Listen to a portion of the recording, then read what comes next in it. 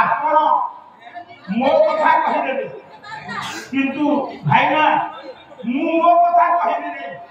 ମୁଁ ଆଜି ପିଲାମାନେ ସମସ୍ତେ ଶୁଣ,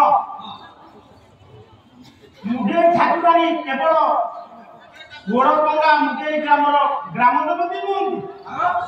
ସେ ଏମିତି ଆରାଧ୍ୟା ଦେବୀ ଓଡ଼ିଶାରେ ସାର ଯୋଉ ପାଲାମାଲା ଅହଙ୍କାର କରୁଛି ମା ପାଖରେ ଗର୍ବ କରୁଛି ସେଠିକି ଯାଇଛି। ମୋ ପାଇଁ ଆଜି ଏ ପାଲା ହଉନି।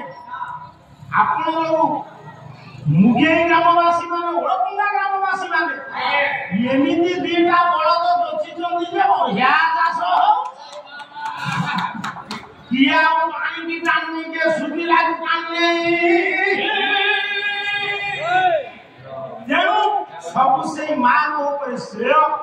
ଆପଣ ମୋ ପାଇଁ କହିପାରନ୍ତି କିନ୍ତୁ ମୁଁ ମାଙ୍କ ଉପରେ ଛାଡ଼ି ସେ ସମୟ ପଳେଇଲାଣି।